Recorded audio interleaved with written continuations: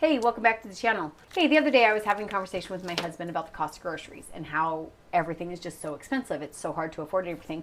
And the fact that he thought that maybe we could cut some of our budget out if we were a little more mindful about the food we have in our house and the amount of times we go to the grocery store. And I thought, I think I'm doing pretty good as it is. I don't really see how I could cut much out because I tend to do pretty good, I think. And so I guess in an effort to prove him wrong, but also in a way to see if he's right, I decided to go along with his idea that we could cut back on the groceries, that we could use more of what we have, and still feed our family of 5 on a budget.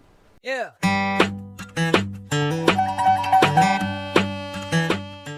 So I went to artificial intelligence, to Grok, which is X's version of the AI, kind of like ChatGPT. Anyhow, so I went to Grok and I said, hey, we are a family of 5. We need to eat for $250 for 2 weeks. We like beef. Second to that is chicken. Our meals are fairly simple. They're casseroles. They're one-pot things.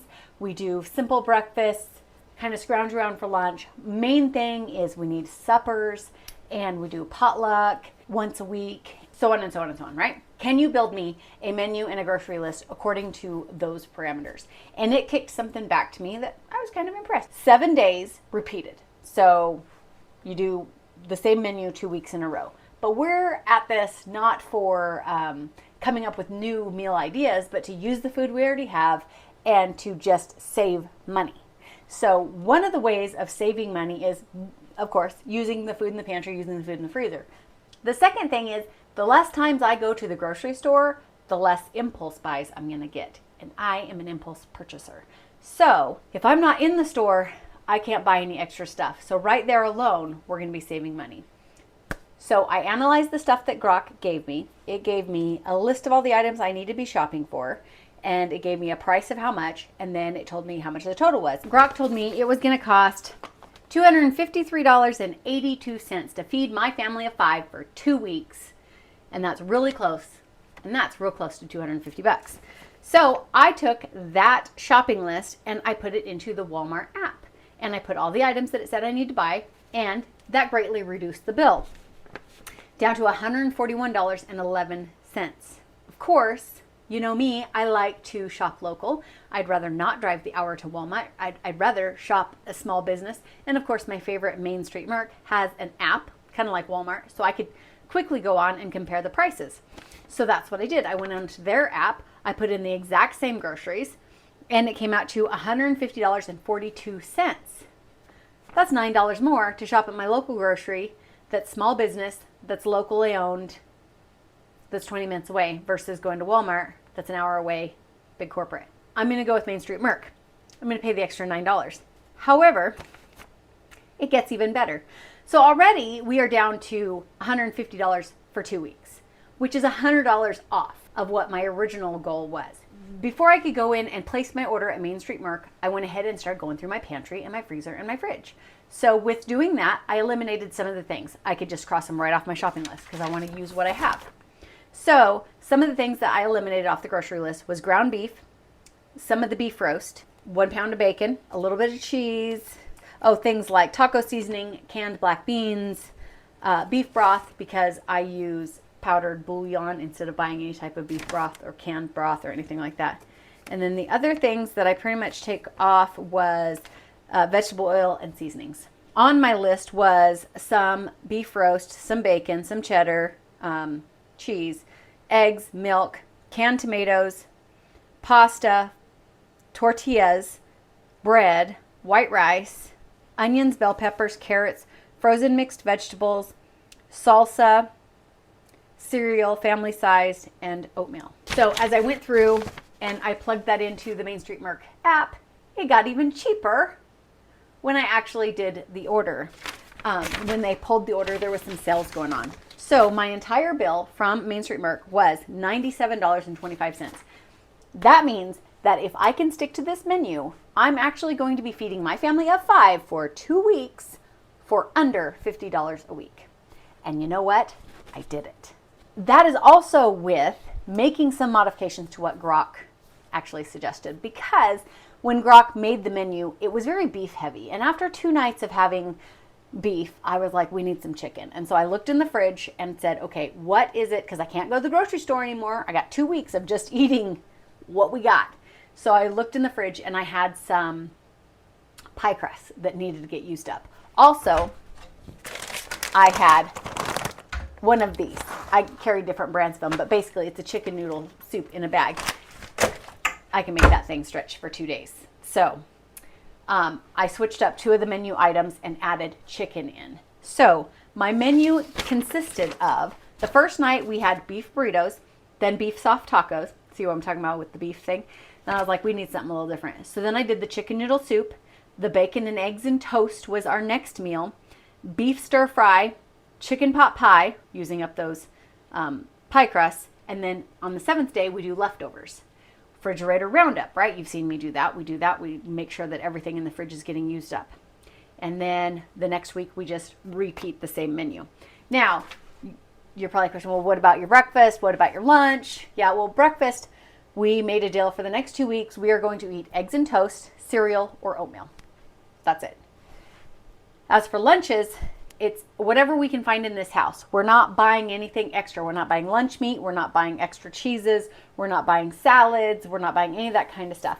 And most of the time, in the reality of this working out, we ended up eating the leftovers from the night before dinner and still had leftovers left on day 7 to do a refrigerator roundup. So I was so shocked at how far our money went and how far this food went. We even had company over. Couple times we had my daughter's partner over and he had dinner with us and it was totally fine. We did not run out of food. So I'm going to go ahead and I pieced together all the little mini videos that I did for each one of those nights so that you can see what we made, how we made it, what the ingredients were. And if you want to duplicate this or maybe come up with your own or maybe ask AI if they can help you come up with something that's more suited to your family's taste. I went with the way that we typically eat, which is very simply, like I said, casseroles, 1-pot dishes. We don't do, the main meal plus a side, and a fruit and a dairy. We don't do that. That's just not the way we eat. So it suited us so well the way that it was designed. And in the end, my husband even said, this is the best meals I think we've had in a long time. And I don't know if it's because the meals were actually any better than normal because they were kind of like just exactly in our wheelhouse with the exception of like the beef soft taco and the stir fry. We don't usually eat rice and we don't usually cook with like bell peppers and things like that. But I think it was just because we were very intentional about that, making sure that we were eating, 1, at home every night, and 2, we sat at the table every night. And that made for extra perks that I absolutely would not want to trade for anything in the world, because that's not a habit that we have, is to sit down at the table. We're more like, hey, here you go find a spot, sit down. We'll just, sit and talk and chat and eat our meals. I'm going to go ahead and put all these little clips in here for you. You can follow along and see how we ate and how we made our meals. And if you like this kind of content, please subscribe, leave a comment. I want to hear how your family's doing. I want to know what tricks and tips that you have. Anyway, I hope you have a blessed day. I'll try to put in timestamps so that you can go directly to the meal that maybe you're interested in making. So let's get started. These are the ingredients we're going to use for tonight. So from the store, I got cheese, rice, an onion, black beans I already had, ground beef I already had, garlic I had, salt and pepper I had, and the taco seasoning. So let's put it like this. So all of this stuff I already had in my house. Here. So we went to the store for tortillas, salsa, cheese, and rice. Okay, so we're going to put this together and make burritos for dinner. While that hamburger's doing its thing, I'm going to cook some rice. This is not something we normally cook. I think we have rice maybe 0 times a year, probably. Unless we're out to eat somewhere. All right, we're going to serve it. Cheese and salsa, tortillas, ground beef, the rice on the side or rice inside. And that's our meal. Follow me for more. We'll have at least 6 more of these meals. Just to prove that I made 5 plates of food. I still have a little bit left so that my husband can have a second burrito.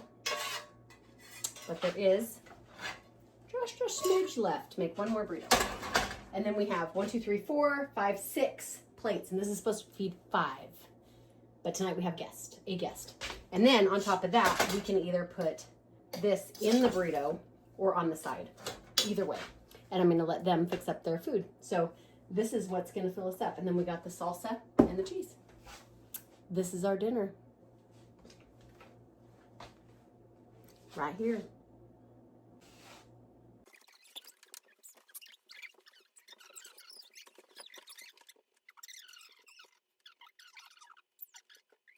I made the supper, but I'm not going to keep posting videos for the breakfast because my kids have a choice of, and we have a choice of, either eggs and toast or cereal or oatmeal.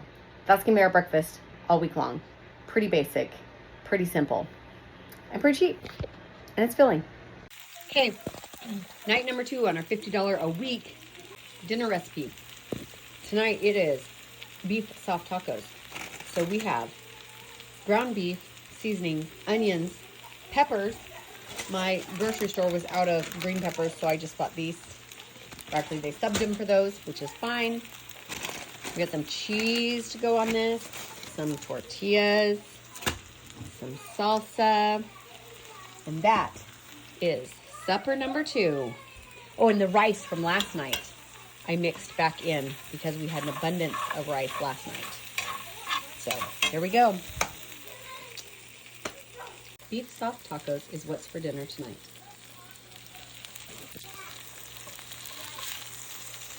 Ground beef, onion, peppers, and the rice from last night leftover that has black beans and rice. And some seasonings. Cheese, sour cream, and tortillas. That's it for dinner.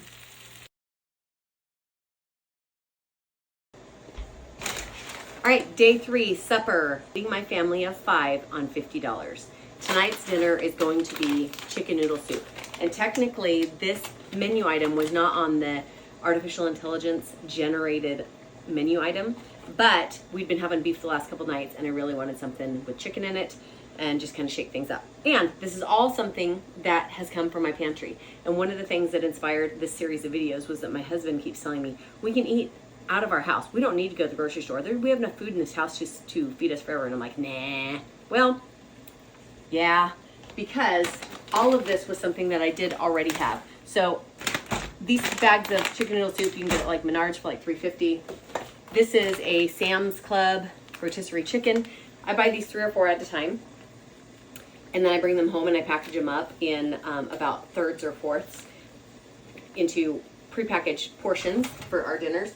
And then we're going to throw in a little extra egg noodle to make it stretch, some extra vegetables, and then some bouillon, some onion and garlic salt, things like that, salt and pepper, and make this work. Instead of the normal 8 cups of water, I threw in 10 to allow for the extra noodles and to make it a little bit more soupy. So I'm just going to throw all of this in here and let it cook for 15 minutes. It's going to cook all the items together, and this is going to be dinner.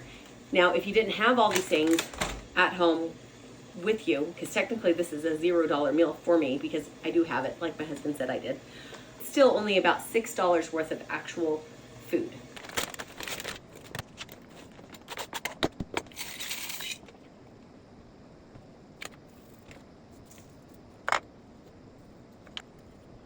Here we go, 15 minutes, dinner will be done. This right here will feed my family of 5, no problem, tonight and tomorrow for lunch. Welcome back to my little one-bet kitchen. We're on day 4 of our feed a family of 5 for $50 in a week. And tonight our meal is bacon, eggs, and toast. I know, I say eggs and you're like, you can't do that for $50. Well, we can, but careful, careful. It's like packing around diamonds. They're so expensive nowadays. And then I have some bacon. The bacon I'm gonna cook in the oven. I have this giant cookie sheet, and I'm gonna put down some parchment paper underneath this grate, and then I'm gonna put the bacon down, cook it. I'm gonna salvage the bacon grease, put it in my jar so that I can use that for later cooking. And then I'm gonna throw some bread in the toaster to make toast, and that is gonna be our dinner. And a couple little side pieces to this challenge that my husband and I have put our family on. So nice to have the leftovers. 2 of the 3 meals that I can think of so far, we've had leftovers enough to feed anybody who wanted them the next day. We just finally ran out of rice today from our second meal, and today's day 4.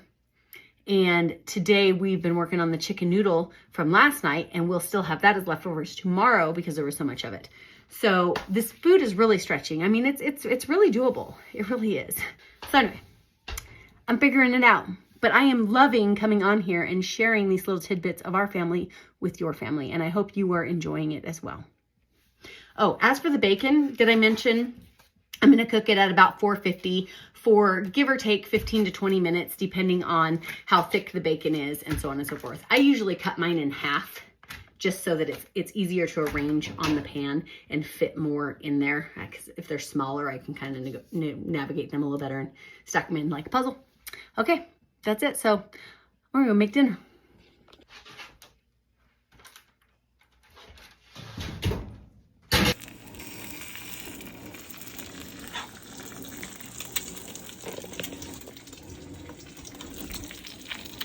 Eggs, bacon, and toast. Happy? Yep. Buddy, you like your dinner? Yeah, good. Day 5, I think it is, on our Feeding a Family of 5 for $50. I have here 1 pound approximately of a roast. I bought a 3-pound roast. I cut it up into thin strips. I put 2 tablespoons of soy sauce and a tablespoon of corn starch. And I put it in this bowl, and it's just been kind of marinating here for a few hours. Actually, it only needed to be about 20 minutes or so.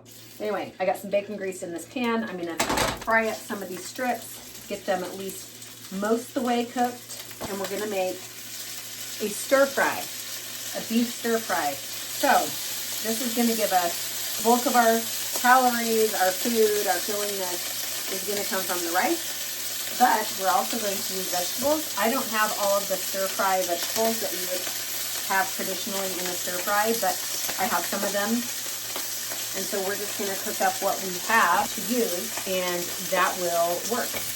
And I also didn't have all the hoisin sauce and oyster sauce and all that kind of stuff, but I got some soy sauce, I got some black bean sauce, some garlic. It'll be good. It'll be good. So I'm just gonna cook up some of this stuff. I pulled some out of the freezer in order to do this. Otherwise, I could have just used a bag of mixed vegetables or 1 bag of frozen stir-fry vegetables, which is no more than $2 at the store. So all together in here, we have bell peppers from the freezer, squash from the freezer, and carrots. And then we have some onion that I pulled out. As you buy things, when you find things that are on sale or maybe about to go bad, freeze them up. And then when it is time to use them, you'll have them to eat, because they'll last for a few months.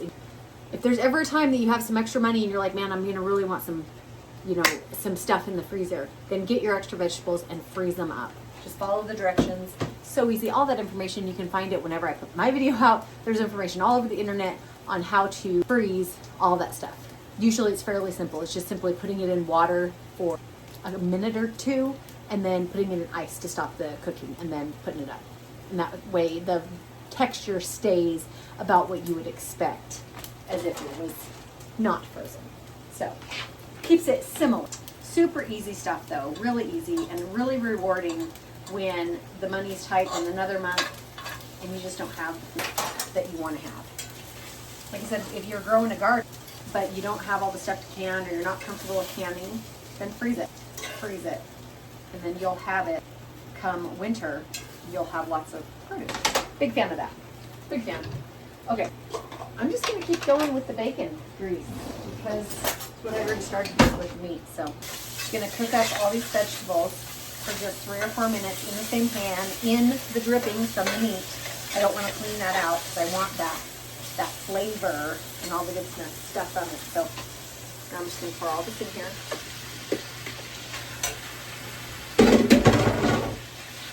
And then I'm going to get this cooking. Set a timer so that I don't forget, because sometimes I do that when I'm doing too many things. I do need to get the rice on the go. And then once these are, for the most part, cooked, still a little bit crunchy, I'm going to throw the meat back in, turn it all on low, and hold it until the rice is done. This time we're going to try jasmine rice. Hopefully it's better than just regular or white rice. We're going to do it just like we did last time. Make sure we have a lid. Yep, we do. 3 cups. Okay. We are going to go a little bit more than 3 because we're gonna pour that whole box in there. So I'm gonna say 1 1/3. Turn it on high, get it boiling, and then we're gonna dump this whole box in there. We're gonna stir that in there, cover it, remove it from the heat, and wait 5 minutes, and it'll be good to go.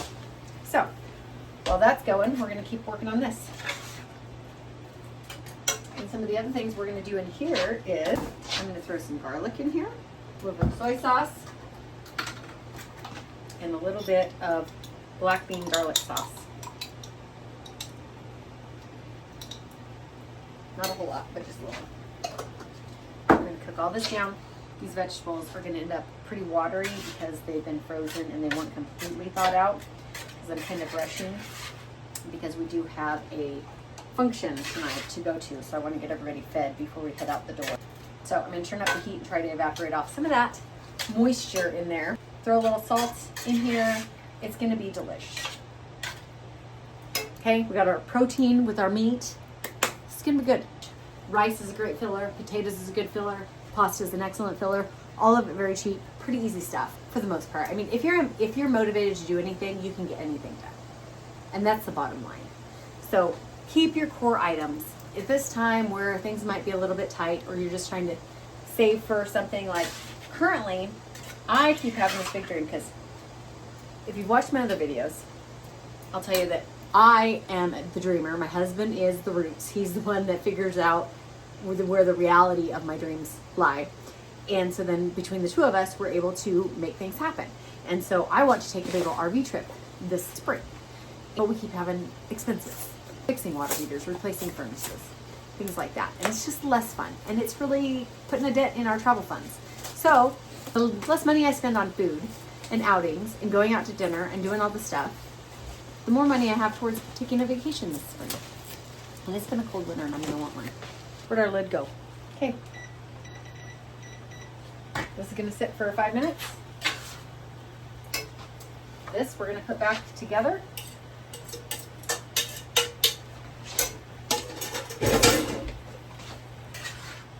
Toss it around.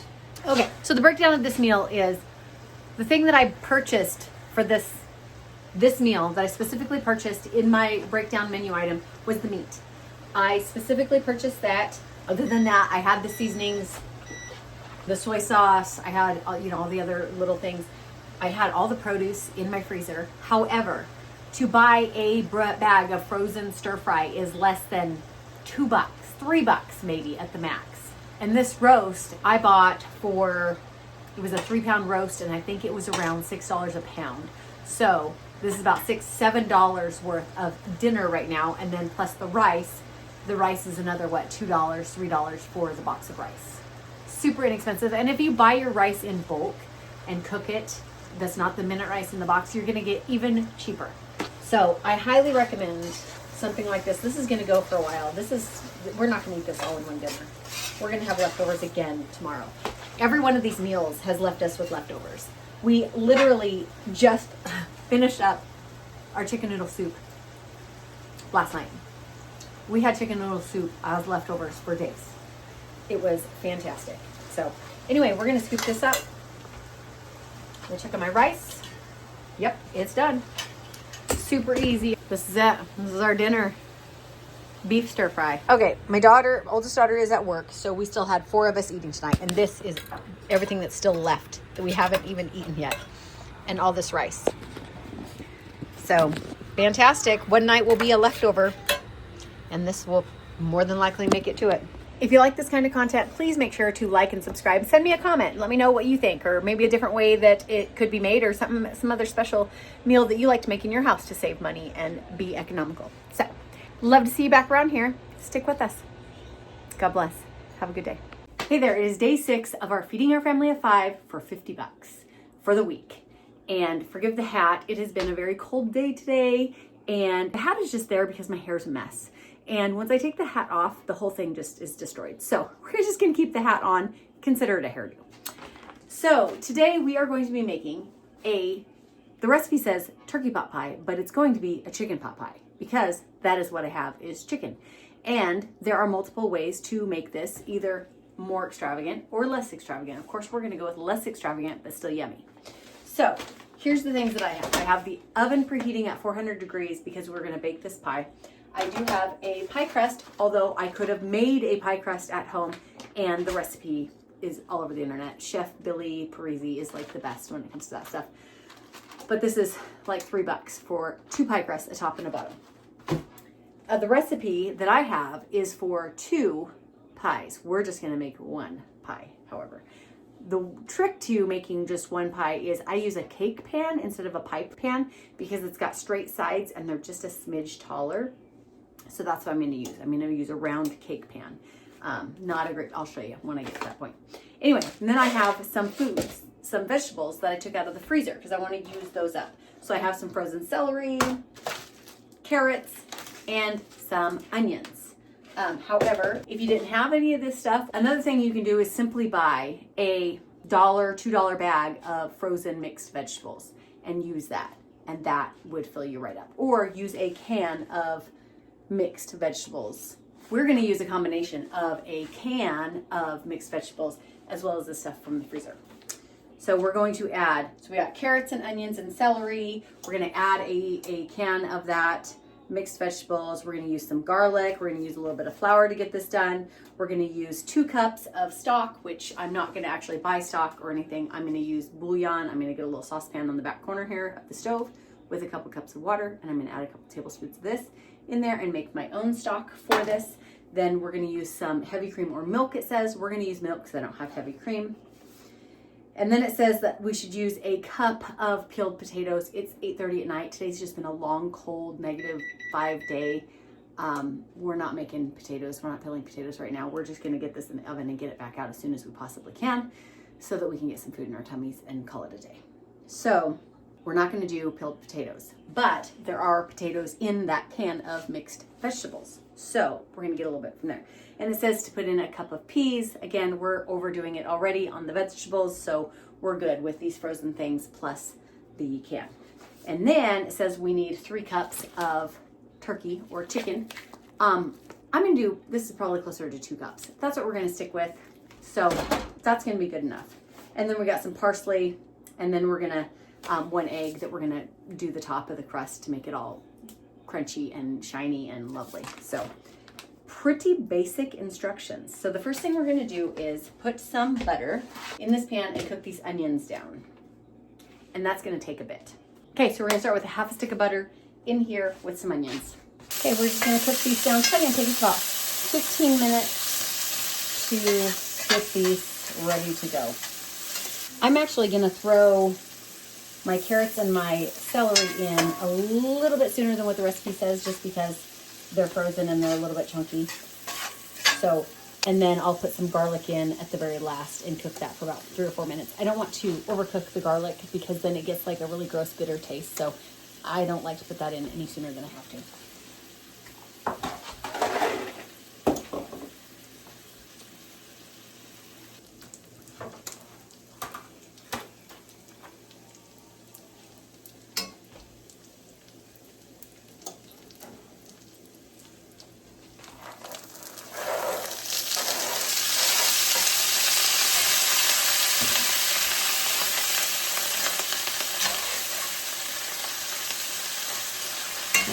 Those onions.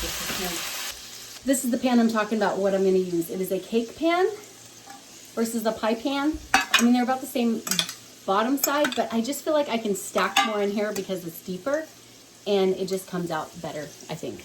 So as I cook these vegetables down, the recipe says to deglaze the pan with vermouth, which I'm not going to do. I am not going to deglaze the pan with vermouth or anything like that because we don't keep that in our house. We don't keep wine or any of those things. So what I'm going to do is I am going to make just a smidge more chicken broth than normal, and like, you know, a couple tablespoons more broth. And I'm just going to use that to deglaze the pan before I make my roux, which roux is just a really fancy word for like a thicker base for anything that you want to thicken up. And so it's going to have like the chicken broth and some flour in it, and then maybe a little bit of milk to make it creamy. And that is what it's going to be. So don't let the big words make you think that you can't do it.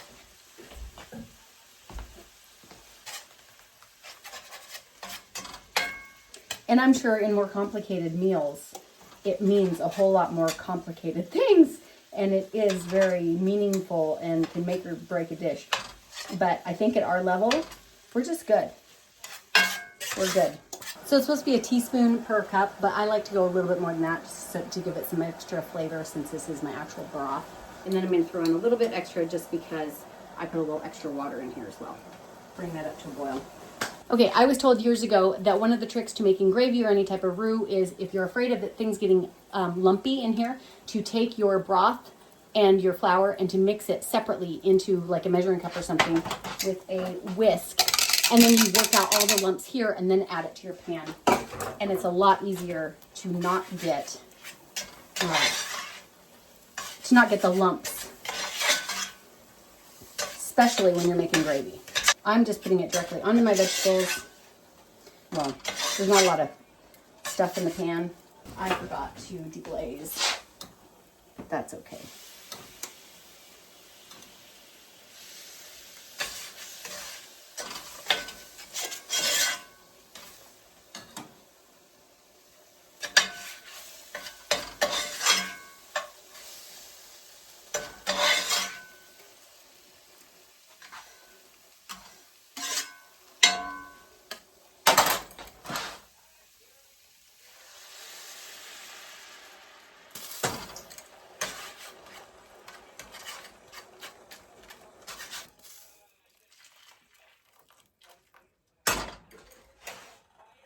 Okay, I'm going to turn this heat up high now that we have this in here. And we're going to cook this up until this starts to get thick. And we're going to add our milk. We're going to add our milk after this gets going. Pull out my can of vegetables. I'm going to go with the can of vegetables. I'm going to drain them off. Once this begins getting thick, I'm going to add the milk in. Okay, now we add our milk, now that it's thickened. And we're going to turn the burner down. Whew. I don't want this milk to boil over though. All right, now we just add everything else.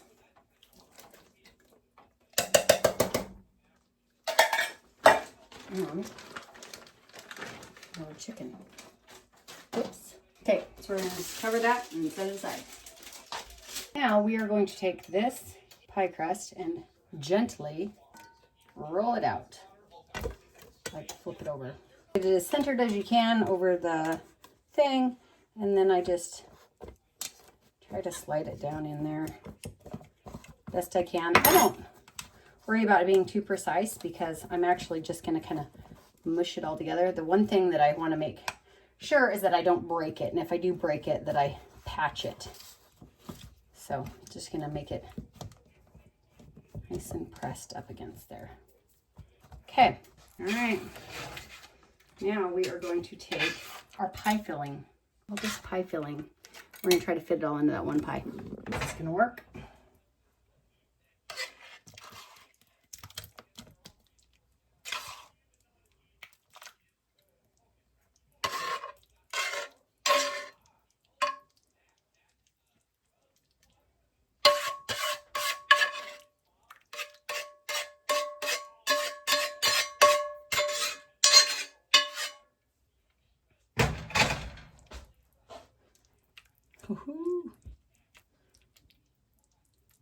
It is right up to the tip top. Now we're going to take our other crust, and the recipe says, after we lay this crust on, that we are to cut off the extra crust. But your girl's a bread lover, so we're not cutting off nothing. We're just going to smoosh it back onto itself.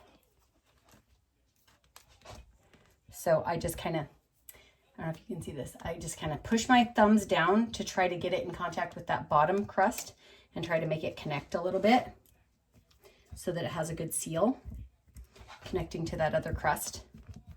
Kind of, see how I'm doing that? Can you see that? Hopefully you can. And then they would say to cut all this off, but I'm not going to cut it off because I love my crust. You can cut it off.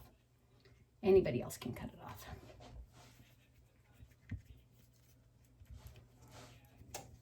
But see, here is my favorite part, is a good thick crust. So again, I'm just going to make sure that this is tight. I don't necessarily want too much bubbling out, and ensure that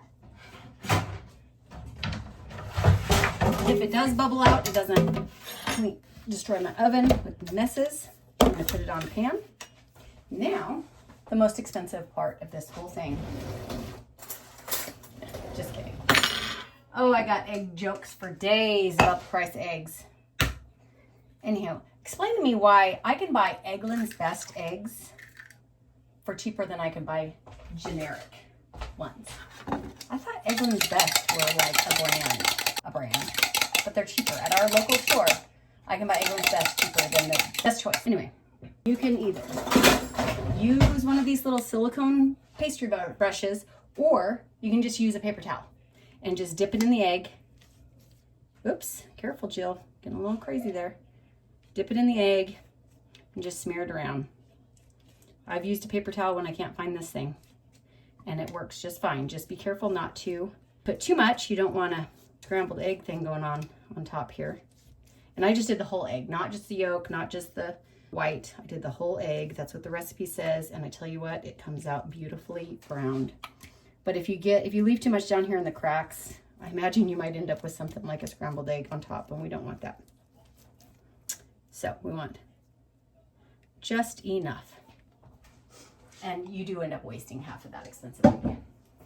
All right, now the next part is we're going to cut some slits in it, however you want to do that.